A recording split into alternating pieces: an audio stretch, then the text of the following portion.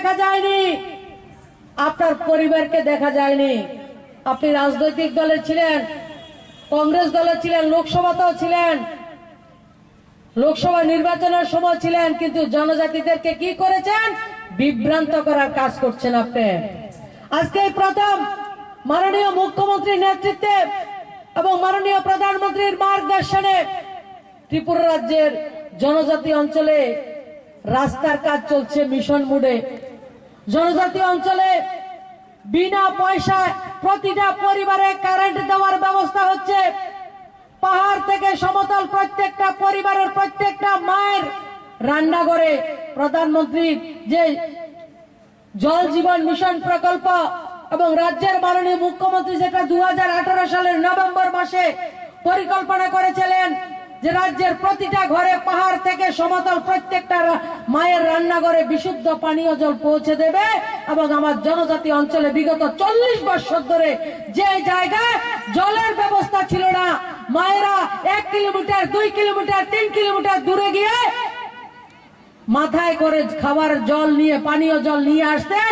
আজকে সেই জায়গায় জলের ব্যবস্থা মুখ্যমন্ত্রীর নেতৃত্বে জনজাতি অঞ্চলে করা হচ্ছে। সেই জায়গায় যারা থাংসার কথা বলছে তারা সেই জায়গায় জলের কাজ করতে দিচ্ছে না। জনজাতি অঞ্চলের ডেভেলপমেন্টকে স্তব্ধ করার জন্য সিপিএম এর যে ষড়যন্ত্র, তীব্রতা সেই ষড়যন্ত্রে সামিল হয়ে জনজাতি অঞ্চলে ডেভেলপমেন্টের কাজকে রুখে দেওয়ার জন্য কাজ করা হচ্ছে। আমি তাদেরকে চ্যালেঞ্জ করছি, তীর্থমুখ ডুম্বুর জনজাতি অধ্যুষিত এরিয়া ত্রিপুরা রাজ্য নয় ভারতবর্ষের পর্যটনের মধ্যে ডুম্বুরের একটা স্থান রয়েছে। গত 4 বছর আমাদের মাননীয় মুখ্যমন্ত্রী সেটাকে সুন্দরভাবে সাজিয়ে তুলছেন। হেলিপ্যাড থেকে অনেক কিছু করা হয়েছে, আপনারা লক্ষ্য করেছেন। গত কিছুদিন আগে তীর্থমুখের রাস্তার জন্য 50 কোটি টাকা বরাদ্দ করা হয়েছে, টেন্ডার করা হয়েছে।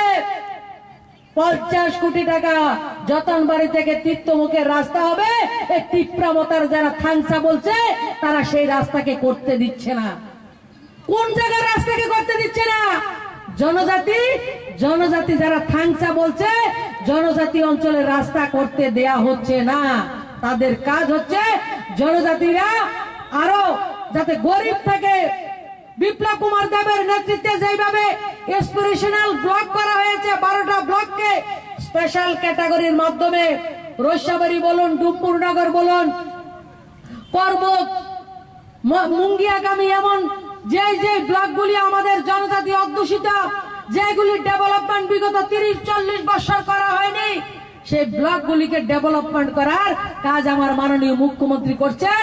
আর যারা থাংসার কথা বলে তীব্রতার নাম নিয়ে রাজনীতি করছেন, ত্রিপুরা রাজ্যের জনজাতিদেরকে ধ্বংসের পথে ঠেলে দিচ্ছেন, তার জবাব এবং তার প্রতিবাদে আজকে ভাই অজিত দেববর্মার নেতৃত্বে 305 পরিবারের 1045 জন জনজাতি ভাই বোন ভারতীয় জনতা পার্টিতে আজকে যোগদান করছেন। আমি তাদেরকে সাধুবাদ জানাই, তাদেরকে অভিনন্দন জানাই। এটা মাত্র শুরু, এটা মাত্র ট্রেইলার।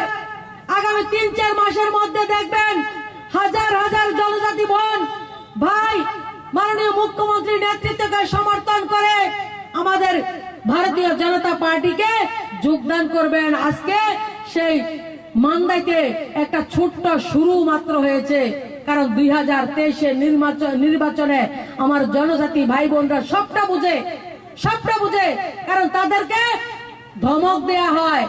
আজকেও ধমক দেয়া হয়েছে। কিছুক্ষণ আমাদের প্রোগ্রাম 2টার সময় ছিল, একটা সময় তীব্রতার গুন্ডারা, সন্ত্রাসীরা, যারা সিপিএম এর আশ্রিত গুন্ডা ছিল, তারা এই জায়গায় তীব্রতার নাম নিয়ে গুন্ডামি করে গেছে। তীব্রতার যিনি বুবাগ্রা, নিজেকে স্বঘোষিত বুবাগ্রা বলেন, আমি উনাকে চ্যালেঞ্জ করছি, আপনার সন্ত্রাসবাদীদেরকে দিয়ে আপনার তীব্রাসার কথা বলে মানুষদেরকে, আমার যুবকদেরকে বিভ্রান্ত করছেন। আপনি ত্রিপুরা রাজ্যের জনজাতিদেরকে ধ্বংসের মুখে ফেলে দেওয়ার কাজ করছেন। আপনাদের ডেভেলপমেন্ট আপনার সহ্য হচ্ছে না। যদি আপনি ডেভেলপমেন্ট চাইতেন আজকে থেকে 20 বছর আগে আপনি তীব্রাদের জন্য, তীব্রাসার জন্য কথা বলতেন, তখন কথা বলেননি। যখন আমরা মহারাজা বীর বিক্রম কিশোর মাণিক্য বাহাদুরের নামে রাজ্য থেকে বুথ স্তর পর্যন্ত একমাত্র ভারতীয় জনতা পার্টির রাজ্য সভাপতি বর্তমানের যিনি মুখ্যমন্ত্রী বিপ্লব কুমার দেব 2016 সালের 19 আগস্ট সর্বপ্রথম ত্রিপুরা রাজ্যের গ্রামে গঞ্জে পাহাড়ে তন্দরে প্রত্যেকটা জায়গা আমাদের আধুনিক ত্রিপুরার রূপকার মহারাজা বীর বিক্রমের জন্মদিনকে সেলিব্রেশন করার শুরু করেছেন। আমাদের সরকার তখন ছিল না, আপনার মাও মন্ত্রী ছিল, আপনিও কংগ্রেসের নেতা ছিলেন, আপনারা কখনো মহারাজার জন্মদিন আপনারা উদযাপন করেননি। আমরা মহারাজাকে সম্মান দিয়েছি, আর রাজ্যকে সম্মান যারা করেছিল তাদেরকে সম্মানিত করেছি। আজকে আপনাদের দিল্লিতে সরকার ছিল কংগ্রেসের, ত্রিপুরাতে কংগ্রেসের সরকার ছিল, আপনি যে সিপিএম কে সাহায্য করছেন, সিপিএম এর সরকার ছিল, দিল্লিতে অনেক বছর কংগ্রেসের সরকার ছিল, আপনার বাবা এমপি ছিল, আপনার মা এমপি ছিল, আপনি কংগ্রেসের বড় নেতা ছিলেন। মহারাজা বীর বিক্রমের নামে ত্রিপুরা রাজ্যের এয়ারপোর্ট আপনারা করতে পারেননি। রাজ্যের মাননীয় মুখ্যমন্ত্রী বিপ্লব কুমার দেব আমার আধুনিক ত্রিপুরার রূপকার মহারাজার নামে বীর বিক্রম ইন্টারন্যাশনাল এয়ারপোর্টের নামকরণ করে দিয়েছেন। এটা কি অপরাধ করেছেন মাননীয় মুখ্যমন্ত্রী? আপনারা বলুন তো, আমার মুখ্যমন্ত্রী কি ভুল করেছে? আমার প্রধানমন্ত্রী কি ভুল করেছে? আমার মুখ্যমন্ত্রী প্রধানমন্ত্রী ভুল করেনি। আজকে যারা বুবাগ্রার নাম বলে আমার সরল সহজ জনজাতিদেরকে বিভ্রান্ত করছে, তাদেরকে উপযুক্ত জবাব দেওয়ার সময় এসেছে। সবাইকে আমি বিনম্রভাবে অনুরোধ করব, আপনারা প্রতিরোধ গড়ে তুলুন। যারা আমার জনজাতিদের ডেভেলপমেন্ট সহ্য হচ্ছে না, তাদের বিরুদ্ধে আপনারা প্রতিরোধ গড়ে তুলুন। প্রত্যেকটা জায়গায় রাস্তার কাজ হোক, জলের কাজ হোক, ওএনজিসির কাজ হোক, প্রত্যেকটা কাজের তীব্রতা কাজ বন্ধ করে দিতে চায়, আপনারা সবাই জানেন। স্তব্ধ করার ষড়যন্ত্র চলছে, আমাদের আইডিসি কে আমাদেরকে বদনাম করার চেষ্টা করা হচ্ছে, তার উপযুক্ত জবাব আমাদেরকে দিতে হবে, আমাদের প্রস্তুত হতে হবে। আমি গোটা রাজ্যের জাতি জনজাতি অংশের প্রত্যেকটা ভাই বোনকে আমি শুভবুদ্ধ প্রণোদিত যারা নাগরিকরা রয়েছেন তাদেরকে বিনম্রভাবে অনুরোধ করব যে একটা খেলা চালাচ্ছে, সন্ত্রাস খেলা চলছে পাহাড়ে, সেটার বিরুদ্ধে আমাদেরকে সজাগ থাকতে হবে এবং প্রতিরোধ করে তুলতে হবে। আপনারা জানেন, তারপর আমি বলছি, সিপিএম এর সময় 3টে একলব্য বিদ্যালয় ত্রিপুরা রাজ্যে জনজাতিদের জন্য যারা কথা বলতেন, যারা বিধানসভার সিট 20-এর পর থেকে কাউন্ট করতেন, 3টে একলব্য বিদ্যালয়। আজকে 18টা নতুন একলব্য বিদ্যালয়ের মধ্যে 12টা একলব্য বিদ্যালয় জনজাতি অঞ্চলের, যে বিদ্যালয়ে 380 জন আবাসিক স্টুডেন্টকে ভর্তি করানো হবে। 18টার মধ্যে 12টার কাজ কমপ্লিট হয়ে গেছে। আগামী দিন 6টা কাজ হবে। টোটাল 4 বছরে মাননীয় বিপ্লব কুমার দেব 18টা একলব্য আবাসিক বিদ্যালয় নির্মাণ করার কাজ করছেন, যে বিদ্যালয়ে 380 জন করে জনজাতি ছাত্র ছাত্রী বোনেরা শিক্ষা লাভ করবে। আমাদের সরকার করছে, কমিউনিস্টরা করেনি। আর যারা থাংসা বলে তারা তো কখনো কিচ্ছু করেনি, শুধু সন্ত্রাসটাকে সহযোগিতা করেছে। আজকের দিনে আমরা জনজাতি অঞ্চলে সবচেয়ে বেশি মাছের চাষ আমরা করি। আজকের মাননীয় মুখ্যমন্ত্রী স্বনির্ভর যোজনার মাধ্যমে 2021-22 থেকে 2023-24 পর্যন্ত জনজাতি থেকে জাতি, আমার তফসিলি জাতি প্রত্যেক অংশের প্রায় 6 লক্ষ জনতাকে মুখ্যমন্ত্রী স্বনির্ভর প্রকল্পের যোজনার মাধ্যমে গবাদি পশু পালন থেকে শুরু করে মৎস্য পালন থেকে শুরু করে স্বনির্ভর করার জন্য প্রকল্পের ব্যবস্থা করা হয়েছে। আমাদের মাননীয় প্রধানমন্ত্রী আমাদের ত্রিপুরা রাজ্যের যে জায়গায় 500 জন জনজাতি বসবাস করে, যেই পাড়াতে 500 জনজাতি পরিবার রয়েছে, সেই পাড়াগুলিকে, সেই গ্রামগুলিকে প্রধানমন্ত্রী আদর্শ গ্রাম নির্মাণ করার জন্য প্রত্যেকটা ত্রিপুরা রাজ্যে 375টা জনজাতি গ্রামকে চিহ্নিত করা হয়েছে। রাজ্য সরকার চিহ্নিত করে দিয়েছেন এবং 375টা গ্রামের প্রত্যেকটা গ্রামকে বৎসরে 22,62,000 টাকা দেওয়ার ব্যবস্থা করেছে আমাদের সরকার। সেটাকে ভুল করেছে, সেটাকে জনজাতি অঞ্চলের ডেভেলপমেন্টের জন্য করেনি মুখ্যমন্ত্রী, সেটাকে জনজাতি অঞ্চলের উন্নয়নের জন্য প্রধানমন্ত্রী কাজ করেনি। আমাদের সরকার নিরলস ভাবে পাহাড় থেকে সমতল প্রত্যেকটা অংশের নাগরিকের আত্মসামাজিক ব্যবস্থাকে কিভাবে এগিয়ে নিয়ে যাওয়া যায় তার জন্য কাজ করছেন। আর ঠাংসা বলে কাজকে বন্ধ করার ষড়যন্ত্র করছেন।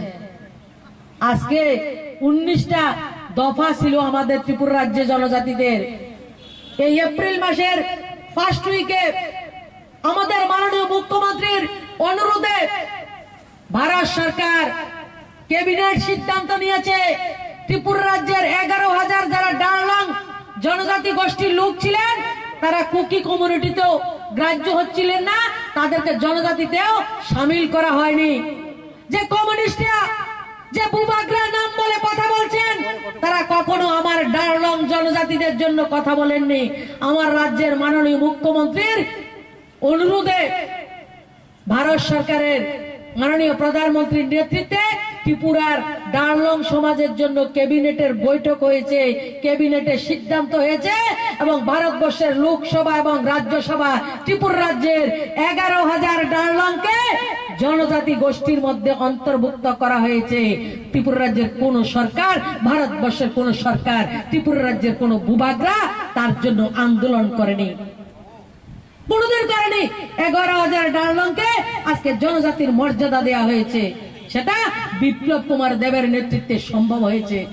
যারা আজকে থাংসা বলেছেন তারা করেনি, তারা থাংসা বলে শুধু জনজাতিদেরকে কিভাবে বিভ্রান্ত করা যায় তার কাজ করছেন, ঘোলা জলে মাছ ধরার কাজ করছেন। আজকের দিনে আমরা জনজাতি অঞ্চলে রবার চাষ বেশি করা হয়। ত্রিপুরা রাজ্যের রবার চাষীদেরকে আরো বেশি রোজগার দেওয়ার জন্য রবারের শীট যাতে ভালোভাবে শুকানো যায় 200 স্মোকার হাউসের ব্যবস্থা করা হয়েছে সরকারি পয়সার মাধ্যমে। আর ত্রিপুরা রাজ্যের আত্মা প্রকল্পের মাধ্যমে 30,000 হেক্টরের মধ্যে জনজাতি অঞ্চলকে লক্ষ্য করে 30,000 হেক্টরের মাধ্যমে রবার চাষ করে কিভাবে আরো বেশি মানুষকে রোজগার দেওয়া যায় আমাদের মুখ্যমন্ত্রী সেই পরিকল্পনা করছেন। আর অন্যদিকে থাংসা বলে, গ্রেটার তিরপাল্যান্ড বলে আমার জনজাতিদেরকে বিভ্রান্ত করার যারা কাজ করছে তাদেরকে যোগ্য জবাব আপনাদেরকে দিতে হবে। আমরা বিভ্রান্ততে বিশ্বাস করি না, আমরা সাম্প্রদায়িকতাতে বিশ্বাস করি না, আমরা জাতপাতের ধর্মের রাজনীতি করি না, আমরা ডেভেলপমেন্টের রাজনীতি করি। আমাদের একটাই মন্ত্র, সেটা হচ্ছে মোদি মন্ত্র, সবকা সাথ, সবকা বিকাশ, সবকা বিশ্বাস।